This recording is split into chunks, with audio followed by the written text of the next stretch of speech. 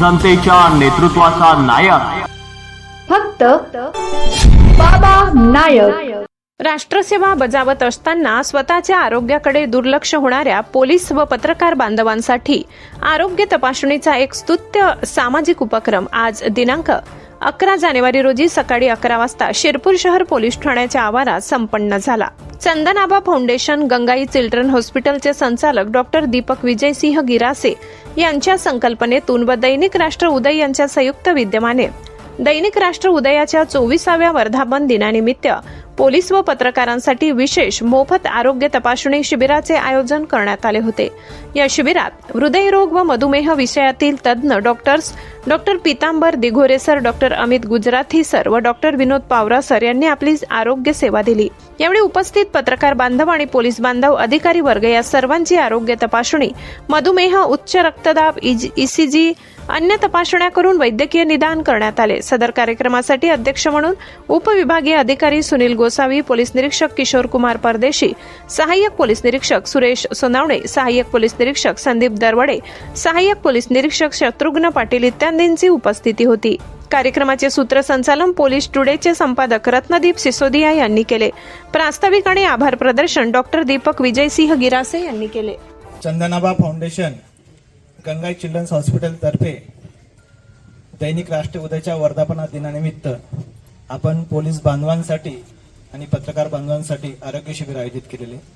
या शिबिरासाठी उपस्थित सर्व पोलीस अधिकारी, कर्मचारी वर्ग आणि पत्रकार बांधव यांना मी नमस्कार करतो आणि प्रथमतः आपल्या सर्वांच्या वतीने दैनिक राष्ट्र उदयाच्या वर्धापनानिमित्त राष्ट्र उदयाला शुभेच्छा देऊ इच्छितो।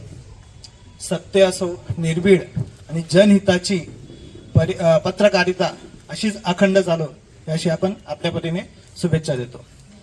सध्या आपण बघतोय आपल्या सर्वांचं आरोग्य धावपळीचं झालेलं आहे, जीवन जे धावपळीचं झालेलं आहे आणि ताणतणावाचं झालेलं आहे। मग ह्या धावपळीत काय होतं की आपलं आरोग्याकडे आपण दुर्लक्ष करीत असतो।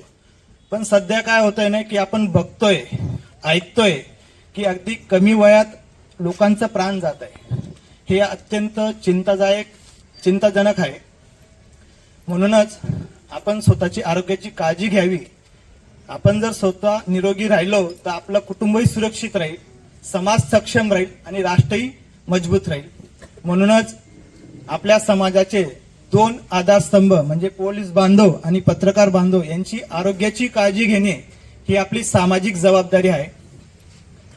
साहेब, तुम्हाला सांगू इच्छितो, हा जर आरोग्याचा आज कार्यक्रम हा एक उपक्रम नाही तर समाजाचा सुरक्षिततेचा आणि सत्याच्या रक्षणाचा सन्मान आहे। पोलीस बांधव म्हणजे सुरक्षेचं ढाल असतं आणि समाजाचा एक कणा असतो। त्याचप्रमाणे पत्रकार बांधव सुद्धा सत्याचा आवाज आणि लोकशाहीची ताकद आहे।